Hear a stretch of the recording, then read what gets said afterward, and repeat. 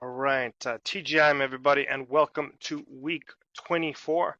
I'm joined today by the very talented Edmund Liu, who will be running through the charts. You know the drill. We're going to cover lightly on the Fed. We took a lot of that last week, and most of the focus today is really going to be on the UK election, but it's going to be quite concise because I really want to spend most of my time on the positioning sheets as I managed to update that over the Home Office has fixed my gloomy issue. As always, everything that we say and do go through are solely views, opinions. These are not trading investment recommendations. Quick review of last week.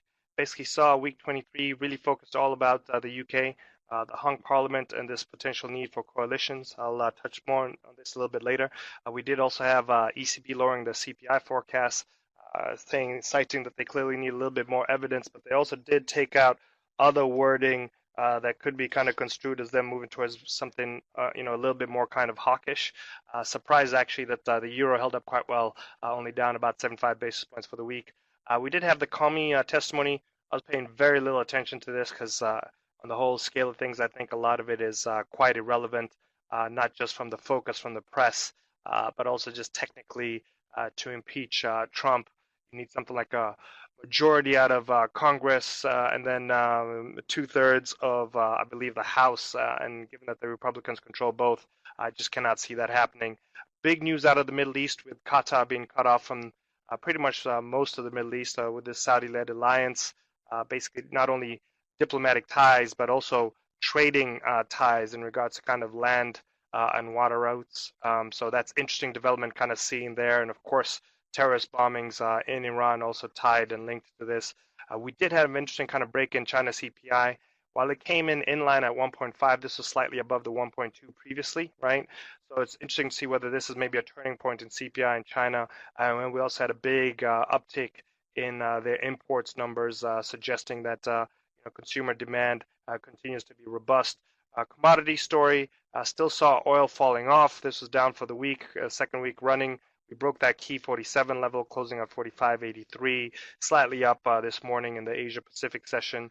We also pulled back on metals, given how strong that they'd been performing.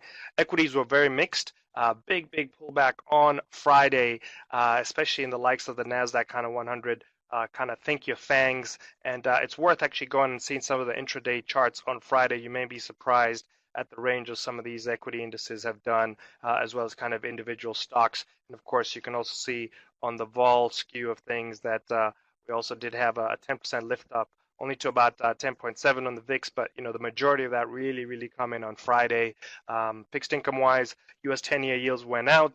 We've been short, and we're alluding to that, in last week's Macro Monday call. On the currency side of thing, we've had a slight bid up in the U.S. dollar and DXY up about 60 basis points, predominantly driven by the weakness in the euro.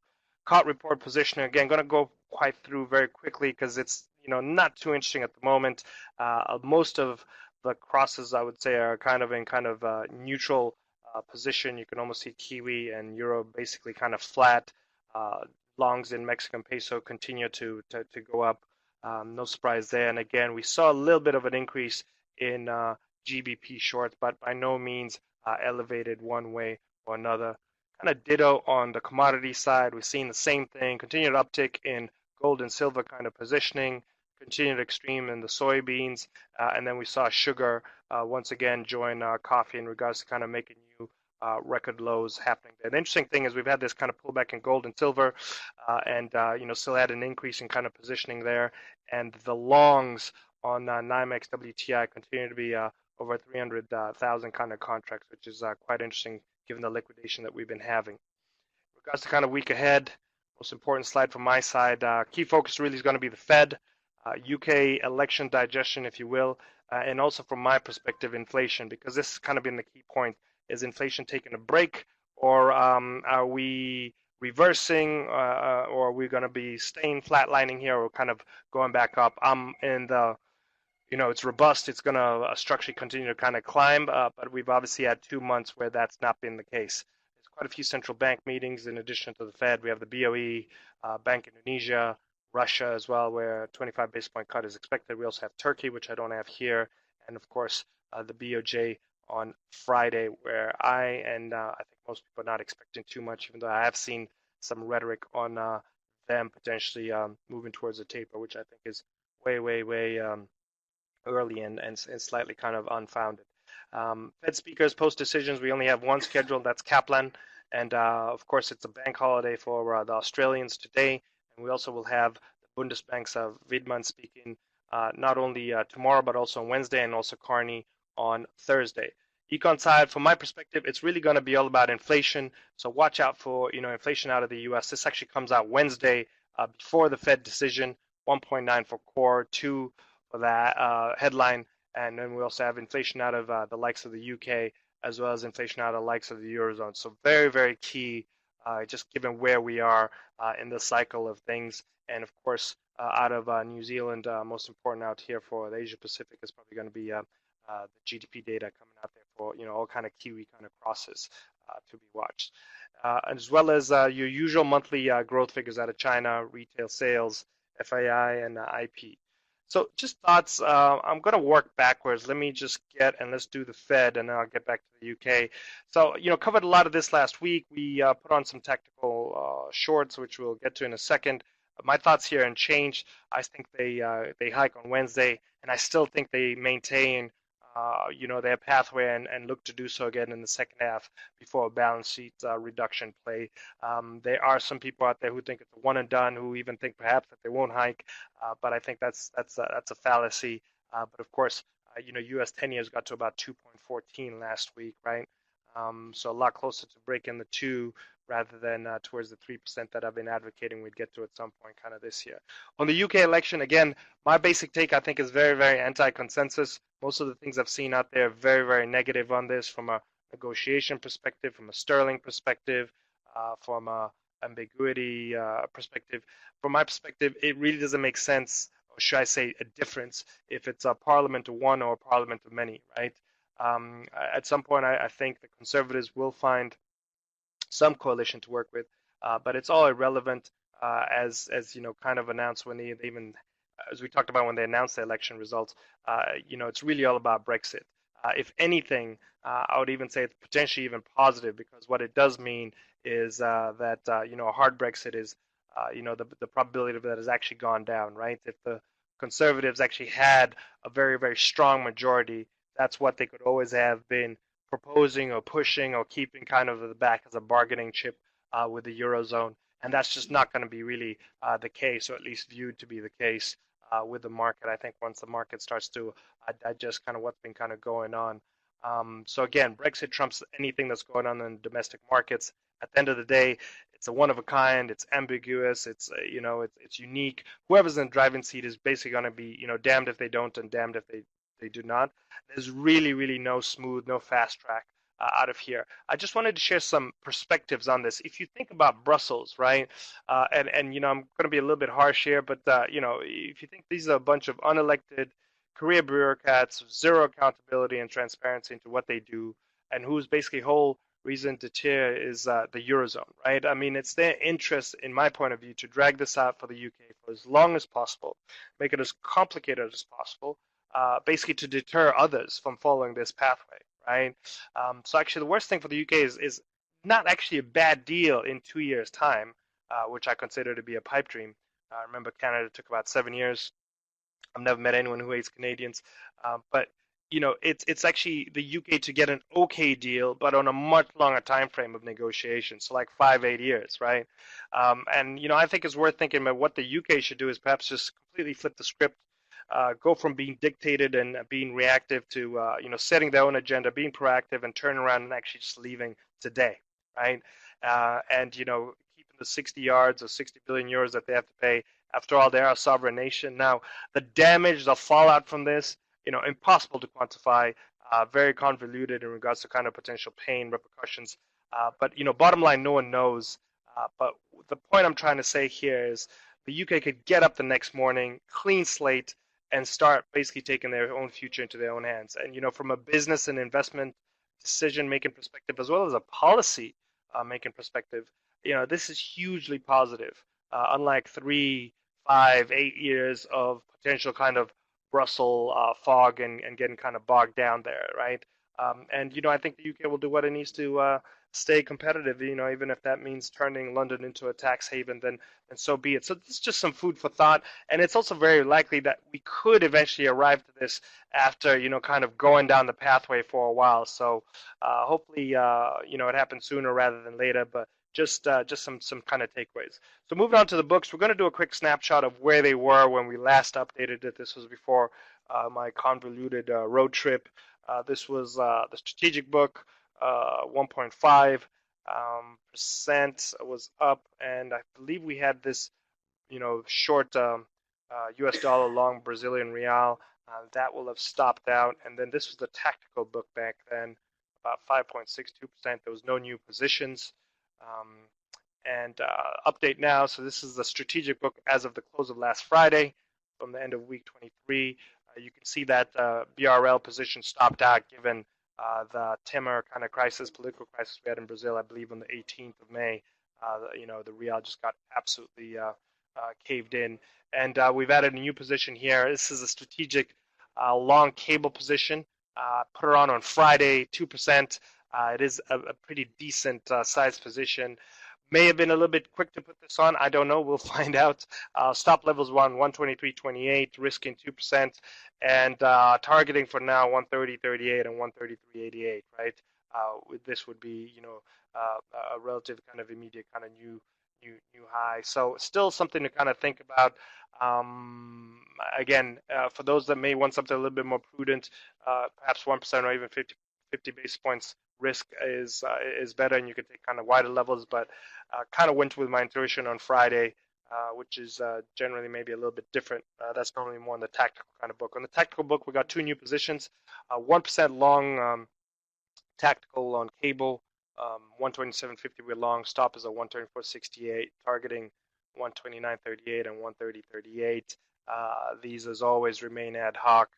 Again, risks here could have been maybe I was a little bit kind of too quick on the trade, and potentially for now we've held above the 100 and 200 day, but could be into some challenges if we break that. And the more higher conviction play on the tactical book is this short U.S. bond futures for 2% risk. I just think they're too tight. I think the Treasury positions is way too elevated. According to some of the things I've seen, actually some of the highest that we've actually seen from a speculative positioning basis. And we have the Fed in 3 days. So, we're short for this 126.18 and a half. Stop is at 127. Again, timing is really ad hoc here. I'm thinking about 225 kind of range to 230. I want to be out, but there's also this time stop of I don't want to hold this short over the actual Fed decision unless something else kind of dramatically kind of changes. And this has been quite a volatile future, with the ability to be trading kind of 214 to 220 range a few times actually last week. And with that, let me turn it over to the chart master, Edmund. Will take this. Thank you, Kay. So looking first at the US dollar index, it appears to have found some support over the last week, holding the 96.5. On the daily chart, as you know, there is actually a head and shoulders top with a sloping neckline. And interestingly, if the US dollar fails to hold the upside momentum that we saw on Friday, we'll probably be looking at the head and shoulders target, which is actually at 94.5, which is this measured distance applied to the breakout point over here. If you look at it on a weekly chart, it's actually broken the 100-day SMA as well for the DXY. At the same time, the MACD still suggests very strong downside momentum. So we're pretty much looking at the SMA 100 as a kind of test of the US dollar bullishness. If we manage to break above, then that would open up the dollar bull case. Otherwise, we'll be targeting the head and shoulders target at 94.5 over here. Okay, and for sterling, over a longer term, it's pretty much has formed an inverse head and shoulders bottom. Interestingly, the drop that we saw on Friday, it found support at this head and shoulders neckline, right? Neckline support at about 127. At the same time, SMA 100 is also something we've been looking at. As you can see, sterling is pretty much supported on this moving average And right now, we're still supported on the SMA 100. So unless it breaks below that, probably sterling would be a buy over the longer term. For euro, we have a rising wedge pattern, which is technically bearish. We did flag that out last week. It's actually broken the lower support line. At the same time, the MACD is actually bearish. It has a crossover, as you can see here. So we pretty much look at 111, the mid 111s as the next level of support. There's a confluence of support over here. Otherwise, a break of that would really open up the bear case to about 111 and subsequently the 110 levels. For euro sterling, it's this is a weekly chart. So since Q4 2015, we've had a nice rally over here, and then we had a consolidation pattern from mid 2016 to mid 2017. So it's a symmetrical triangle. It's technically bullish. We have broken out about 3 weeks ago. So if you have a longer time horizon, it might look like an attractive buy on dips candidate. It's a stronger, more unified Europe looks to be the road ahead following the Macron victory last month. This is gold. This is the long-term trend line resistance that goes all the way back to 2011. It seems like we still can't break above. It tried to go above last week. Right now, it seems like we're trading below. Right now, we are 112.70, so we're still trading on that line. On the daily chart, we are forming an ascending triangle. So again, we'll be marking that as the support, this upward sloping support line. If it does break below that, then we pretty much going back to this graph where we pretty much trade below this multi-year trend line resistance for gold.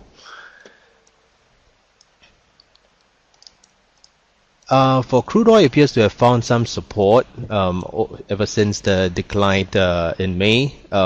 Interestingly, it's found support as this trendline resistance that goes all the way back to 2016. At the same time, the stochastics are oversold, and as you can see from the previous two occasions when the stochastics are oversold, it did actually precede a rally.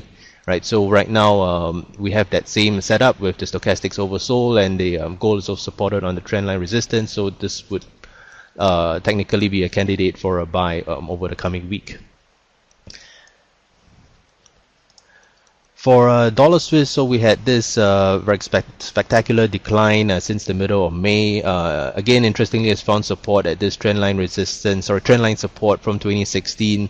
Again, the stochastics are oversold, and the previous times that has happened is also preceded a rally.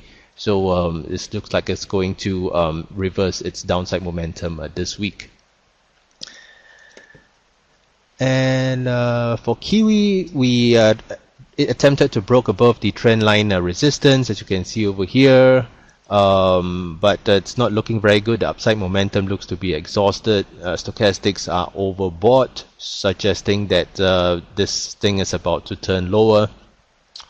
So we would pretty much await a short opportunity once it goes below this trendline resistance in the coming trading sessions. For the S&P 500, interestingly, we had a very volatile session last Friday, but it appears that if we look at it from a very long-term perspective, it is actually forming an Elliott wave since 2009. So this is wave 1, wave 2, wave 3, wave 4, and wave 5. And based on the rules of Elliott wave analysis, wave 5 should at least be the length of wave 1. So that seems to suggest that we've still got some legs and this bull run taking us above 2500, as you can see over here. Applying the same analysis to the DAX, you can see that we have the same 5-wave Elliott analysis over here, but in this case the wave 1 is already the length of wave 5, so that suggests that the bull run, the DAX, has pretty much run its course and might correct over the coming months.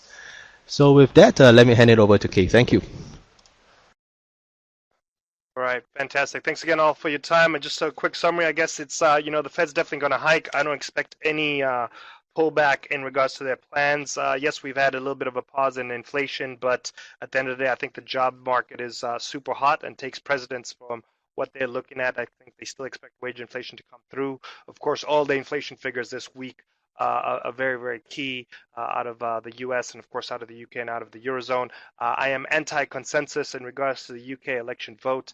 I actually think structurally it's positive for sterling. I don't think it really makes a difference what's happening on the domestic kind of point at the end of the day. Brexit kind of really trumps everything, and I think there's quite a few different charts to kind of take a look at from what Edmund has put up, and a little bit worrying to see some of the moves on Friday, especially given the big uplift in kind of the VIX. But let's wait and see how the rest of the week kind of turns out. With that, wishing you all an excellent week up ahead. Thank you.